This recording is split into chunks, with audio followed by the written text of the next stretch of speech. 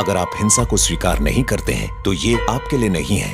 अगर आप कमजोर दिल के हैं तो इसे बिल्कुल भी ना देखें। Believe me, if I started murdering people, there'd be none of you left. Richie, we are all evil. I'm not guilty. Yes, I am evil. Not 100%, but I am evil. I am an American, and I killed Americans. I am a human being, and I killed human beings. And I did it in my society. Favorite life, sex or like both. ये जो तुमने अभी सुना ये किसी movie के dialogues नहीं है, बल्कि ये एक्चुअल स्टेटमेंट्स हैं सीरियल किलर्स की। अगर तुम्हें नहीं पता कि सीरियल किलर्स क्या होते हैं तो मैं तुम्हें बता दूं कि एक पर्सन जो ऑब्सेस्ड होता है लोगों को मारने के लिए, वो भी अलग अलग टाइम पे, और जैसे ही किसी पर्सन को मारता है उसके बाद एक क्रीपी सा ब्रेक लेता है जिसमें ही उस मोमेंट को एंजॉय करता है, और जैसे ही मामला थोड़ा शांत हो जाता है ये नेक्स्ट विक्टिम की तलाश में निकल पड़ता है। और ये जो मर्डर्स होते हैं उनके पीछे कोई स्पेसिफिक रीजन नहीं होता है, जैसे रोवरी या फिर किसी तरह का रिवेंज। ये सब अपने प्लेजर के लिए करते हैं। दुनिया में कुछ डिस्गस्टिंग लोग हैं जिन्हें लोगों को टॉर्चर करने में, उन्हें हर्ट करने में या फिर उनका मर्डर करने में प्लेजर फील होता है।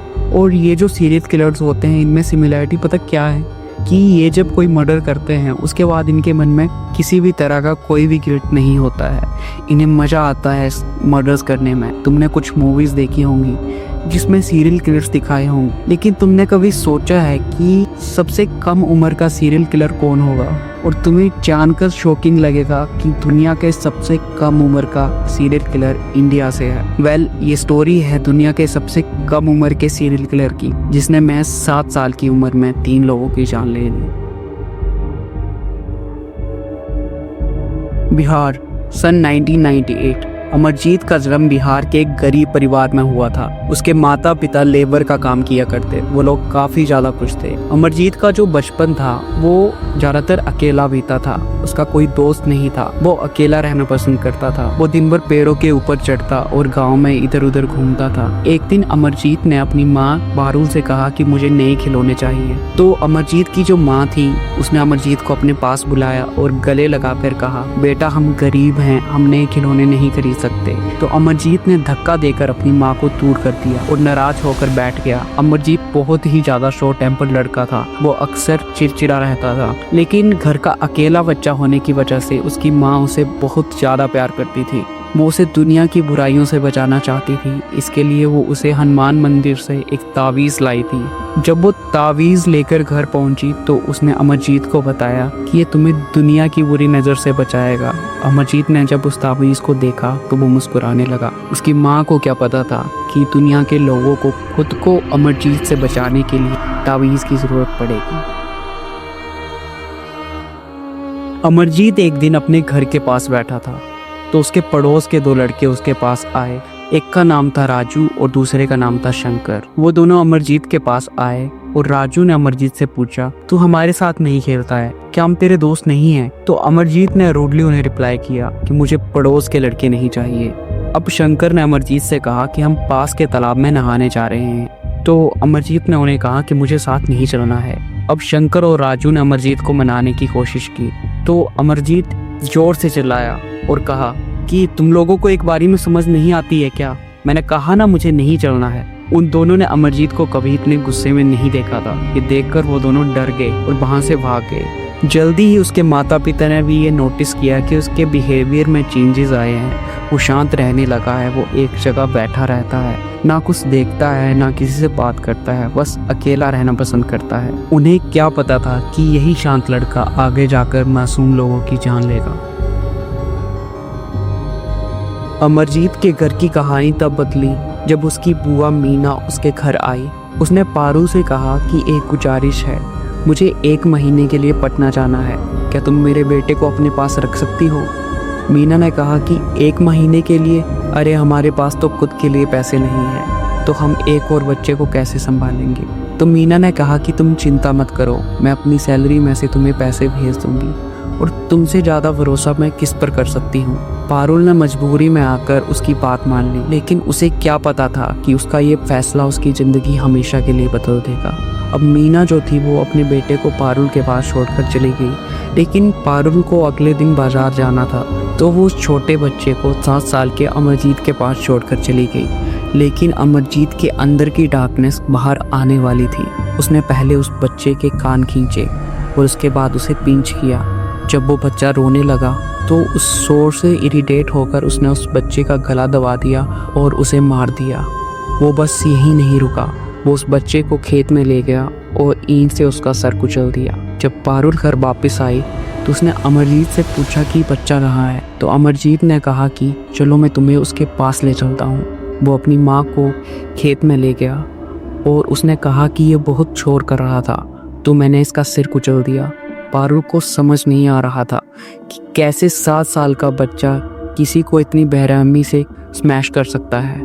जब शाम को पारुल का पति बलराम अपने घर पहुंचा तो उसने सारी बात बता दी। बलराम ने गुस्से में आकर अमरजीत को थप्पड़ लगाया, लेकिन अमरजीत के चेहरे पर कोई भी शिकस्त नहीं थी, उसके मन में कोई भी गिल्ट नहीं था।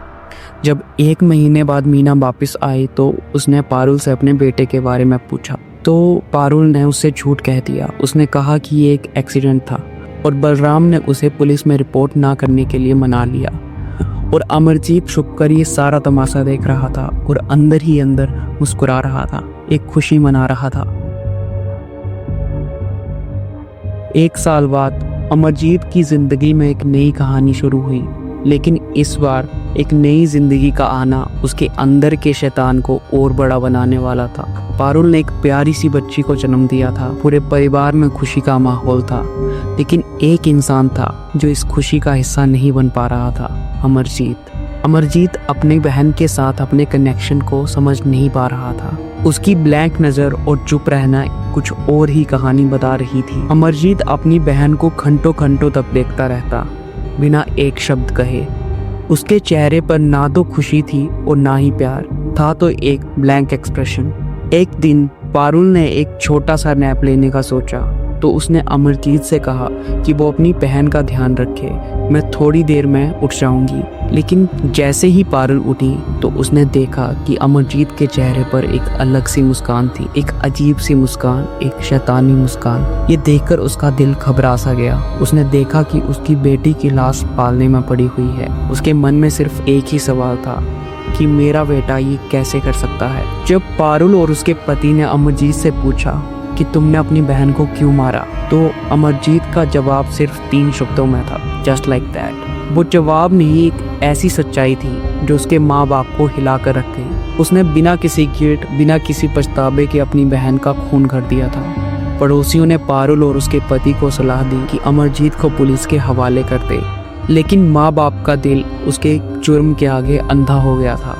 बलराम का कहना था कि वो अभी बच्चा है, वो सुधर जाएगा, लेकिन अमरजीत के शब्द उसकी आंख खोलने के लिए काफ़ी थे। अमरजीत का कहना था कि मैंने क्या गलत किया है, उसे मारकर मज़ा आया। अमरजीत के पहले 2 जुर्मों के बाद पूरा गांव उससे और उसके माँ बाप से बचकर रहने लगा। वो डर के मारे उनसे बात करना तो दूर, उनके घर के पास भी नहीं जाते थे। लेकिन अमरजीत, वो सबसे अनजान, बिना किसी शर्मिंदगी के अपनी ही दुनिया में खुश था।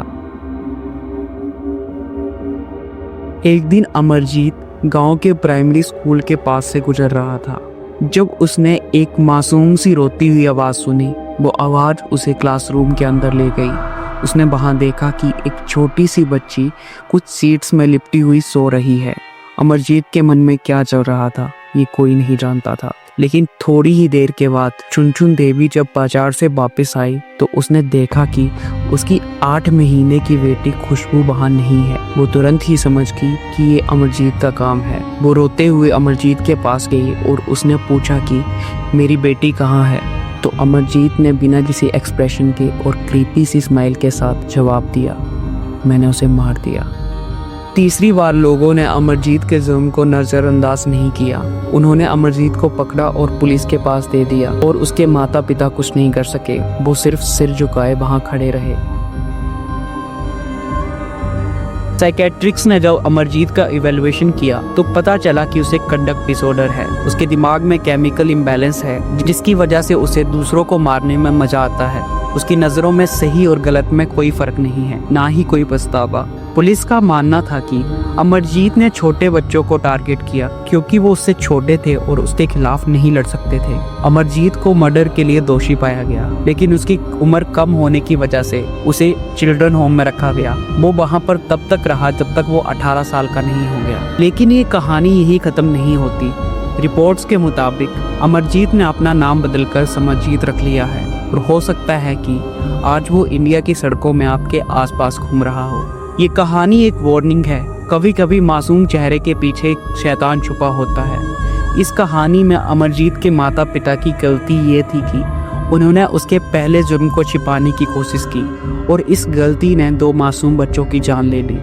तुम्हें क्या लगता है, क्या अमरजीत पैदाइशी शैतान था या फिर उसके माता पिता ने उसे एक मॉन्स्टर बना दिया? Let me know in comment section.